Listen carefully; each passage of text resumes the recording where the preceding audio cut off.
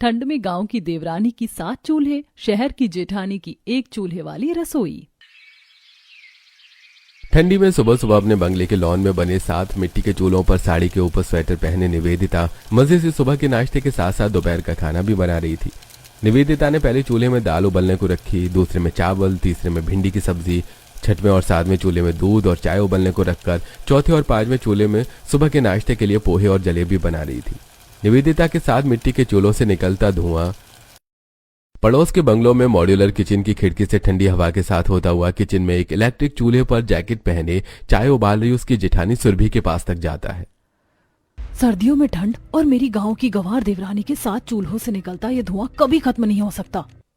7 चूल्हों से निकलता धुआं हवा में घुलकर हॉल में बैठे सुरभि के सास ससुर गुंजन जी और संतोष जी तक भी जाता है।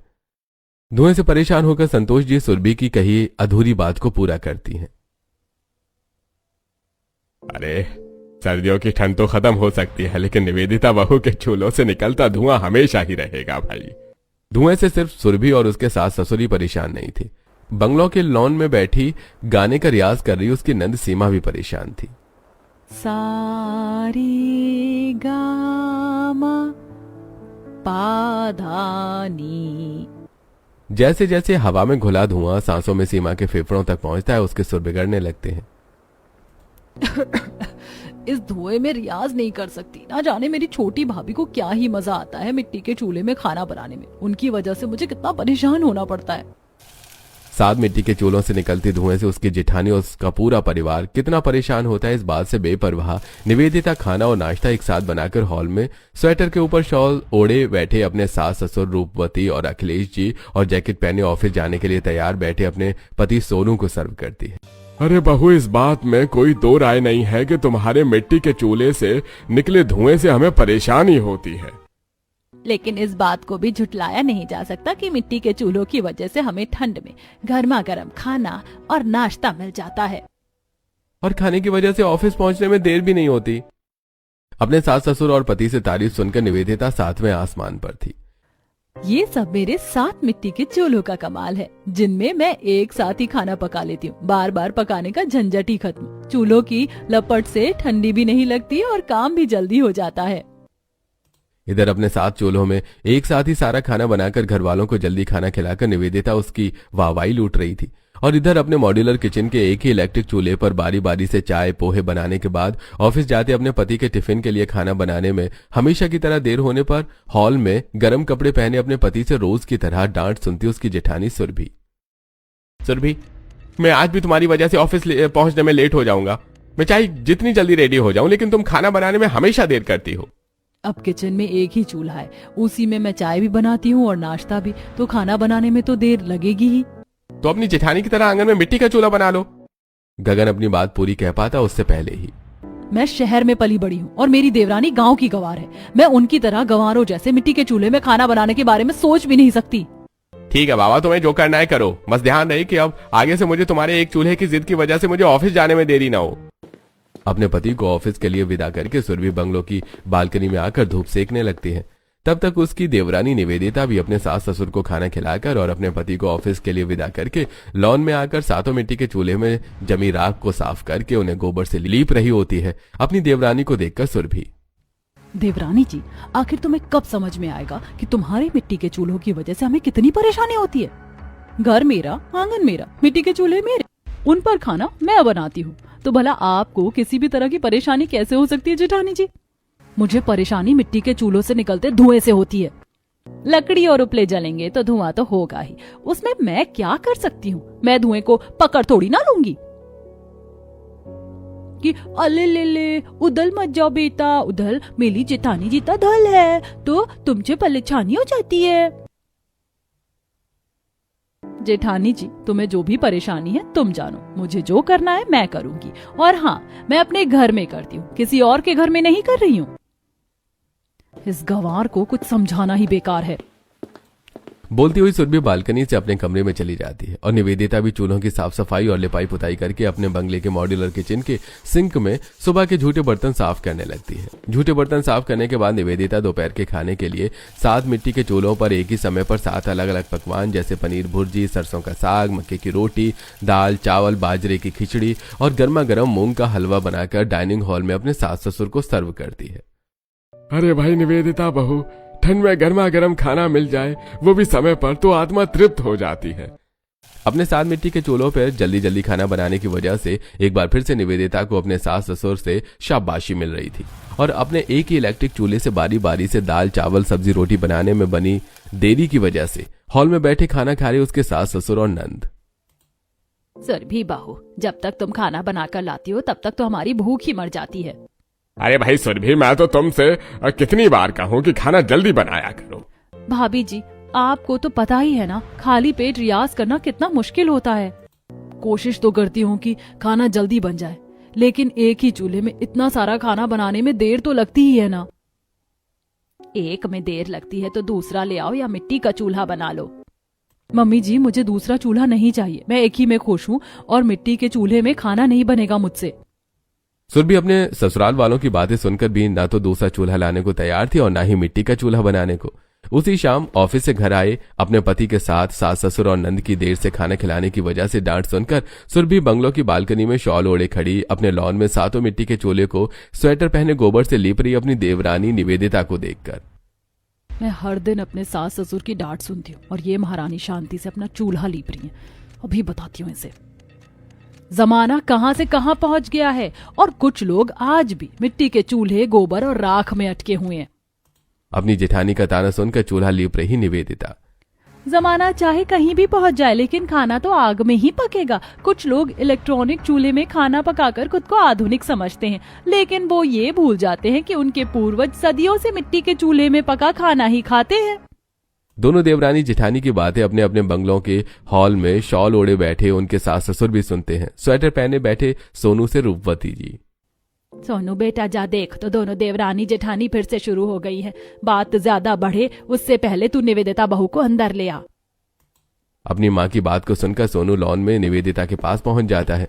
सोनू की ही तरह अपनी माँ के कहने पर सुरभि का पति गगन भी बंगलों की बालकनी में खड़ी सुरभि के पास आकर उसका हाथ पकड़कर, अरे तुम भी ना क्या बच्चों की तरह लड़ने लगती हो? मम्मी ने कहा अंदर चलो।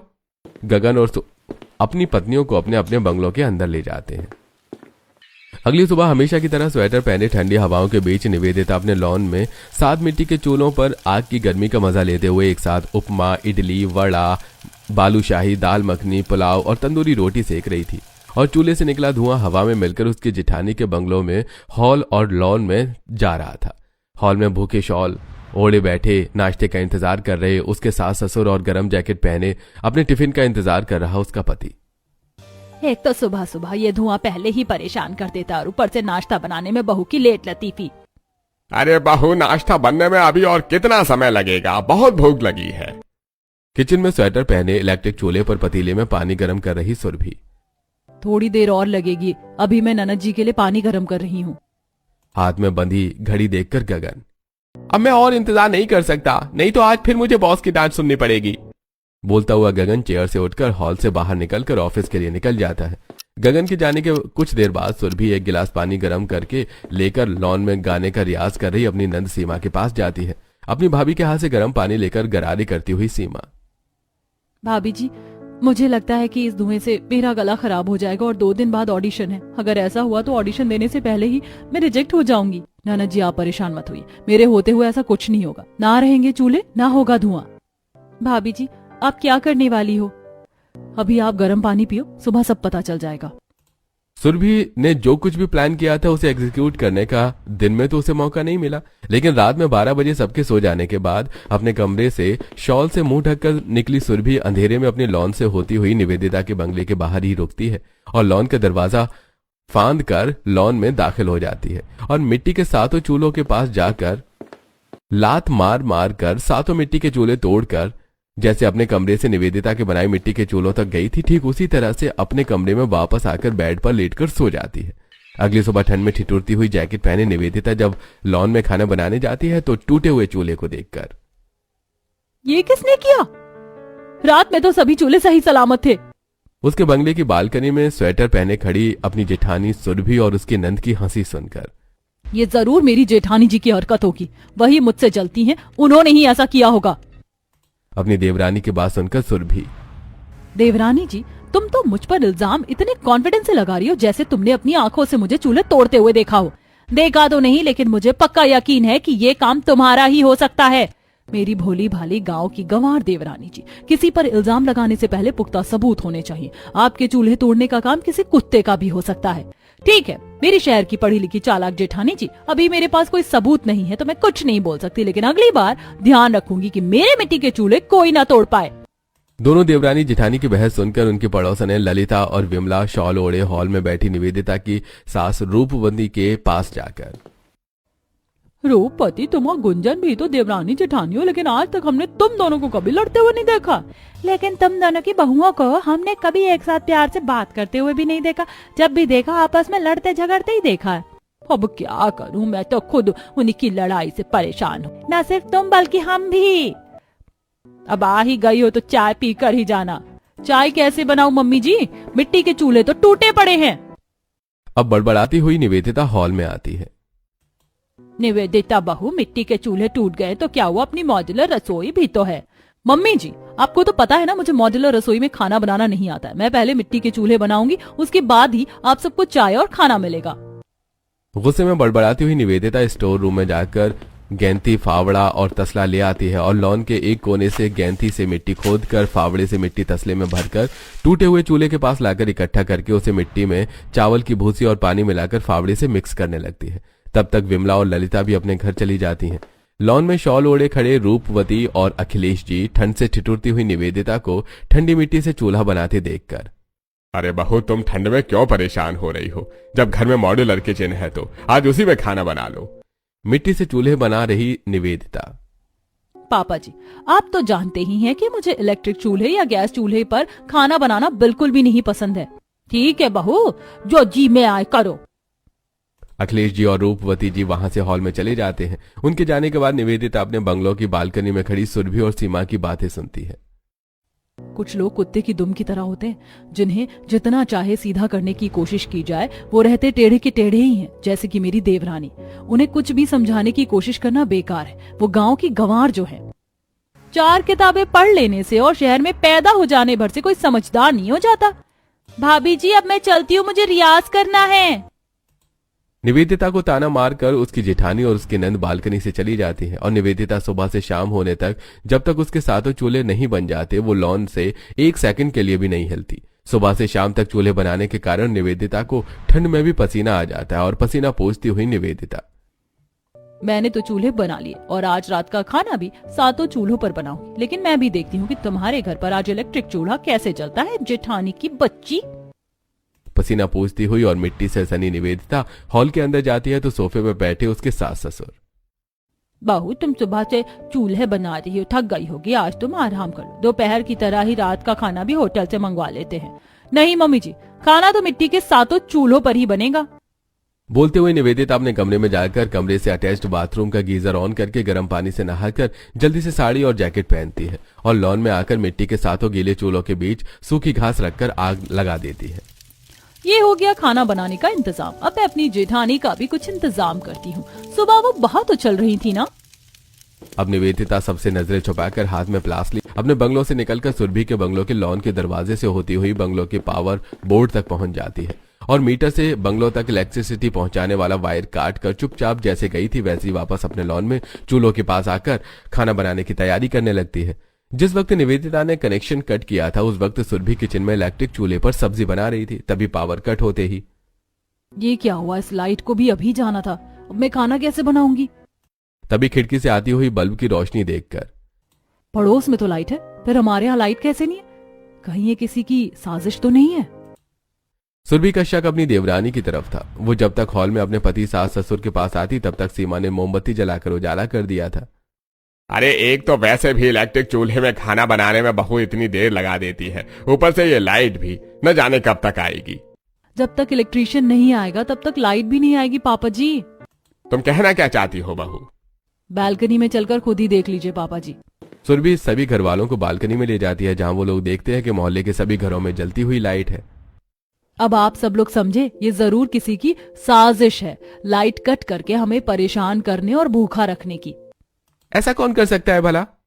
उनके बालकनी में आने से पहले ही सूखी घास में लगाई आग की गर्मी से गीले चूल्हे सूख चुके थे और निवेदिता उस समय उन पर बर्तन रखने की जद्दोजहद कर रही थी, क्योंकि वो चूल्हे पहले से बड़े बन गए थे, जिस वजह से पुरानी कढ़ाई और पतीले उन पर सही ढंग से टिक नहीं रहे थे। अपनी देवरानी की तरफ इशारा करके, ये काम मेरी देवरानी के अलावा कोई भी नहीं कर सकता। ये क्या सुरभि, तुम भी बिना किसी सबूत के ऐसे कैसे किसी पर भी इल्जाम लगा सकती हो? लेकिन मैं सच कह रही हूँ। तुम शांत हो जाओ, मैं इलेक्ट्रिशियन को कॉल कर देता हूँ, वो आकर लाइट में जो भी गड़बड़ी हुई है उसे ठीक कर देगा। जेठानी जी को बोलने दीजिए जेठ जी, बेचारी को बुरा लग रहा होगा। अभी तुम खूब उछल लो देवरानी जी, मैं भी देखती हूँ तुम कल सुबह मिट्टी के चूल्हे पर खाना कैसे बनाती हो।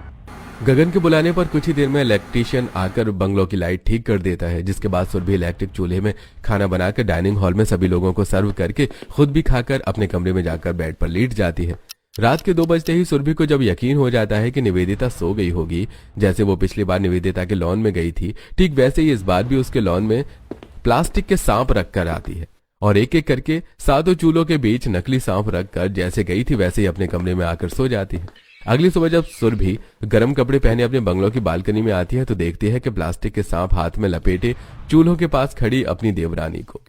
मुझे पता है जेठानी जी, पिछली बार की तरह ये हरकत भी तुमने की है, लेकिन खैर छोड़ो, मेरे पास सबूत नहीं है तो मैं क्या ही बोल सकती हूँ। शायद तुम्हें पता नहीं कि गांव में मैं असली सांप का जहर निकाल कर फेंक देती थी,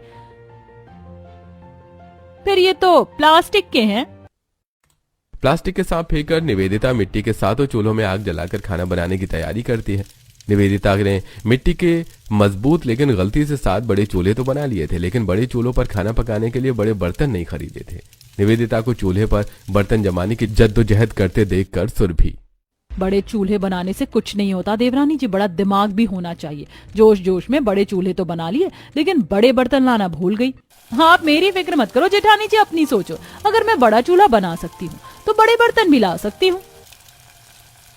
मैं अपनी क्या सोचूं देवरानी जी, मैं तो जैसे तैसे अपने 7 चूल्हों में आज खाना बना लूंगी, लेकिन मुझे परेशान देखकर मजा लेने के चक्कर में टाइम देखो क्या हो गया। और मुझे नहीं लगता कि आपने अब तक नाश्ता बनाने की तैयारी तो दूर की बात है, अपना इलेक्ट्रॉनिक चूल्हा ऑन भी किया होगा। मेरी देवरानी बात तो सही कह रही है, मैंने तो इस बारे में सोचा ही नहीं, और एक चूल्हे में खाना बनाने में टाइम भी बहुत लगता है। सोचती हुई सुरभि बालकनी से किचन में जाकर एक इलेक्ट्रिक चूल्हे पर कढ़ाई पनीर और रोटी बनाकर डाइनिंग हॉल में गर्म कपड़े बैठे काफी देर से नाश्ते का इंतजार कर रहे अपने घर वालों को सर्व करती है। बहू, मैं तो कहती हूँ तुम भी मेरी जेठानी की बहू की तरह मिट्टी के चूल्हे बना लो और उन्हीं पर खाना बनाया करो। अरे तुम्हारी सास बिल्कुल सही कह रही है बहू, कम से कम हमें गर्मा गर्म और जल्दी नाश्ता और खाना तो मिलेगा। हाँ सुरभि, जरा सोचो, अगर किसी दिन मेहमान आ गए तो तुम अपने एक चूल्हे में जल्दी खाना कैसे बना पाओगी? मेहमान जब आएंगे तब देखा जाएगा, लेकिन मैं अपनी गांव की गंवार देवरानी की तरह मिट्टी के चूल्हे पर खाना नहीं पकाने वाली। सुरभि को शायद नहीं पता था कि जिस बात के होने का डर सबसे ज्यादा होता है वही बात होती है। अपने घर वालों को खाना खिलाकर और खुद भी खाकर सुरभि अपने पति गगन के साथ रूम में जाकर रजाई ओढ़कर सो जाती है। और अगली सुबह सुरभि के ताया ताई कमला और विजेंद्र अपनी बेटी और दामाद के साथ उसके घर पहुंच जाते हैं। वो अकेले ही किचन में उन सब के लिए एक इलेक्ट्रिक चूल्हे पर जल्दी जल्दी कढ़ाई पनीर, शाही पुलाव, गाजर का हलवा, पूड़ी, डोसा और रोटी सेकने की तैयारी करती है। तभी हॉल में उन्हीं के साथ गर्म कपड़े बैठे उसके सास ससुर गुंजन और संतोष जी। सुरभि बहू, तुम्हें खाना बनाने में कितनी देर लगती है? मेहमान भूखे बैठे हैं। किचन में शाही पुलाव के लिए मटर छील रही सुरभि। मैं एक इलेक्ट्रिक चूल्हे पर खाना बना रही हूँ मम्मी जी, थोड़ा टाइम तो लगेगा ही। अपनी सास की बात सुनते ही सुरभि ने खाना बनाने की रफ्तार तेज कर दी। बड़े से भगोने में शाही पुलाव इलेक्ट्रिक चूल्हे में पकने को रखकर पनीर के स्लाइस काटने लगी। पनीर के स्लाइस काटने के बाद आटा गूंथ कर सुरभि डोसा का बैटर तैयार करती है। ये सब वो जल्दी जल्दी कर रही थी। तब तक शाही पुलाव जल चुका था, भगोने से धुआं निकलता देखकर। ये क्या हो गया? सुरभि इलेक्ट्रिक चूल्हे से शाही पुलाव का बर्तन उठाकर दाल चावल बनाने की तैयारी करती है। दाल चावल ही बना देती हूँ, जल्दी बन जाएगा। सुरभि इलेक्ट्रिक चूल्हे में कढ़ाई रखकर शाही पनीर बनाते हुए जल्दी जल्दी दाल चावल, रोटी, पूड़ी, गाजर का हलवा और डोसा बनाने की भी तैयारी करती है। एक ही इलेक्ट्रिक चूल्हे पर खाना बना रही सुरभि इतना थक जाती है और परेशान होती है कि उसे चक्कर आ जाते हैं और वो बेहोश होकर किचन के फर्श पर गिर पड़ती है। सुरभि के हाल से बेखबर हॉल में बैठी उसकी ताई और सास। सुरभि बेटा कितनी देर और लगेगी, हम सब खाने का इंतजार कर रहे हैं।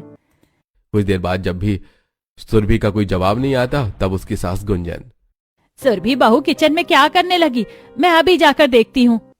इतना कहकर गुंजन जी हॉल से किचन में जाती हैं और वहां जाकर देखती हैं कि इलेक्ट्रिक चूल्हे पर कढ़ाई में पक रहे जले हुए शाही पनीर का धुआं, पतीले से निकल रहे जले हुए शाही पुलाव का धुआं, अस्त व्यस्त किचन और फर्श पर बेहोश पड़ी सुरभि को देखकर। हे भगवान, बहू तो खाना जलाकर यहाँ बेहोश पड़ी, अब मैं क्या करूँ? भूखे मेहमानों को ये जला हुआ और कच्चा खाना तो नहीं खिला सकती। गुंजन जी के बंगलों के किचन से निकलता हुआ धुआं अपने कमरे की खिड़की के पास खड़ी स्वेटर पहन रही रूपवती जी देखती हैं और घबराई हुई भागकर गुंजन जी के किचन में जाती हैं और फर्श पर बेहोश पड़ी सुरभि और उसी के पास सिर पर हाथ रख के बैठी अपनी जेठानी गुंजन जी से। क्या हुआ जेठानी जी, सब ठीक तो है ना? घर में आए हुए मेहमानों और जले हुए अधपके खाने के बारे में बताकर गुंजन जी, घर में मेहमान आए, उनके लिए खाना बनाते हुए मेरी बहू का ये हाल हो गया, खाना भी नहीं बना, अब मैं क्या करूं, मेरी तो नाक कट जाएगी। आप चिंता मत करो जेठानी जी, मेरे होते हुए ऐसा नहीं हो सकता। हम दोनों देवरानी जेठानी भले अलग अलग रहती लेकिन है तो एक ही परिवार। आपकी बेइज्जती मतलब परिवार की बेइज्जती, मतलब मेरी भी बेइज्जती। तुम क्या करोगी देवरानी जी? अब मेरी बहू के साथ मिट्टी के चूल्हे हमारी इज्जत बचाएंगे, चलो मेरे साथ। अपनी जेठानी को अपने साथ लेकर रूपवती जी अपने बंगलों के लॉन में 7 बड़े बड़े चूल्हों के अंदर रखी लकड़ियों में शॉल ओढ़े आग लगा रही थी। अपनी बहू निवेदिता के पास पहुंचती है। निवेदिता से गुंजन जी के किचन और सुरभि का हाल बताकर रूपवती जी, देखो निवेदिता बहू, लड़ाई झगड़ा तो हर घर और परिवार में होता है और हमेशा चलता रहता है। तुम दोनों देवरानी जेठानी हो, थोड़ा बहुत मनमुटाव हर देवरानी जेठानी में होता है, लेकिन परेशानी की घड़ी में थोड़ी देर के लिए मनमुटाव भूलकर एक हो जाना चाहिए। सासू माँ, आप कहना क्या चाहती हैं? निवेदिता के आगे हाथ जोड़कर गुंजन जी, निवेदिता बहू, आज मेरे घर में मेहमान भूखे चले गए तो मेरी बहुत बेइज्जती हो जाएगी। मेरी इज्जत अब तुम्हारे हाथों में है। गुंजन जी के हाथ पकड़कर, ये आप क्या कर रही हैं बड़ी सासू माँ? आपकी छोटी बहू के होते हुए ऐसा कभी नहीं हो सकता। और भला मैं जिंदगी भर अपनी जेठानी को ताना मारने का मौका हाथ से कैसे जाने दे सकती हूँ? निवेदिता सातों मिट्टी के चूल्हे में पहले से ही खाना बनाने की तैयारी कर चुकी थी। वो फटाफट सातों चूल्हों में बड़े बड़े भगोने, कढ़ाई और कुकर चढ़ाकर दाल, चावल, आलू, मटर, टमाटर, बैंगन, गोभी और तुरई की मिक्स वेज सब्जी और बटर पनीर चढ़ाकर पकौड़े तलने लगती है। तब तक रूपवती और गुंजन जी आटा गूंथ लेती हैं। रूपवती जी पूड़ियां बेलती जाती हैं और निवेदिता सेकती जाती है। देखा बड़ी सासू माँ, मेरे साथ मिट्टी के चूल्हों में कितनी जल्दी खाना बनता है। हाँ बहू, देखा और महसूस भी किया। पूड़ियां बेलती हुई रूपवती जी, क्या महसूस किया जेठानी जी? ठंड में मिट्टी के चूल्हे में जलती आग की गर्माहट का सुकून। देखते ही देखते सातों मिट्टी के चूल्हों में 7 तरह के पकवान बनकर तैयार हो जाते हैं। वो तीनों मिलकर जल्दी से गुंजन जी के बंगलों में खाना ले जाकर हॉल में बैठे मेहमानों को सर्व करती हैं, ये सोचकर कि मिट्टी के चूल्हे में खाना सुरभि ने बनाया है। खाना खाकर, अरे भाई वाह, खाने की सौंधी महक से ही पता चल रहा है कि सुरभि ने खाना मिट्टी के चूल्हे में बनाया है। गुड़िया, अब से तुम भी अपनी दीदी की तरह कभी कभी मिट्टी के चूल्हे में खाना बनाया करना। मिट्टी के चूल्हे में बनी पूड़ियां इतनी नरम और मुलायम थी कि मैं तो 2 पूड़ियां ज्यादा ही खा गया। इस बात से अनजान कि उसके बेहोश होने के बाद क्या क्या हुआ, होश में आती सुरभि अपना सिर पकड़े हॉल में आती है। सुरभि को देखकर पर्स से 500 का नोट निकालकर देते हुए कमला जी, इतना अच्छा खाना बनाकर कहाँ गायब हो गई थी सुरभि बेटा? ये ले, अच्छा खाना बनाने का शगुन। हाथ जोड़कर विजेंद्र जी, अच्छा समधन जी, समधी जी, अब हम चलते हैं, हमारी ट्रेन का टाइम हो रहा है। इतना बोलकर विजेंद्र जी कमला जी, गुड़िया और राघव को लेकर वहां से चले जाते हैं। 500 के नोट और निवेदिता को हैरानी से देखकर सुरभि, मम्मी जी मैं तो बेहोश हो गई थी, तो फिर खाना किसने बनाया? और ये देवरानी जी यहाँ क्या कर रही हैं? ये खाना तुम्हारी देवरानी ने ही बनाया है सुरभि बहू। अगर आज ये यहाँ ना होती तो इस घर के साथ साथ तुम्हारी भी बेइज्जती हो जाती। मेरी देवरानी के यहाँ होने से, मेरी बेइज्जती होने से कैसे बच गई? मैं कुछ समझी नहीं मम्मी जी। बहू, तुम्हारे बेहोश होने के बाद इसी ने अपने साथ मिट्टी के चूल्हों में खाना बनाकर सभी मेहमानों को खिलाया और उनसे ये नहीं बताया कि खाना इसने बनाया है। अच्छा, तभी वो मेरी ताई जी समझ रही थी कि खाना मैंने बनाया है और मुझे शगुन भी दिया। अपनी सास की बात सुनकर और समझकर सुरभि को अपनी गलती का एहसास होता है और वो अपनी देवरानी के पास जाकर, गांव की होने की वजह से मैंने हमेशा आपका और आपके साथ मिट्टी के चूल्हों का मजाक उड़ाया और आज आपने ही मेरी मदद की। मुझे माफ कर दो देवरानी जी, आज के बाद मैं कभी ऐसा नहीं करूंगी। मैं भी आपको शहरी और घमंडी समझकर हमेशा नीचा दिखाने की कोशिश करती रहती थी जेठानी जी, आप भी मुझे माफ कर दो। शहर की जेठानी सुरभि अपनी गांव की देवरानी निवेदिता को गले से लगा लेती है। इस तरह दोनों देवरानी जेठानी के गिले शिकवे दूर हो जाते हैं। सच ही कहा है कहने वालों ने, परिवार कितना एकजुट है ये मुसीबत पड़ने पर ही पता चलता है। भले ही दोनों देवरानी जेठानी की आपस में नहीं बनती थी, लेकिन अंत में पता चला कि दिल से दोनों एक ही हैं।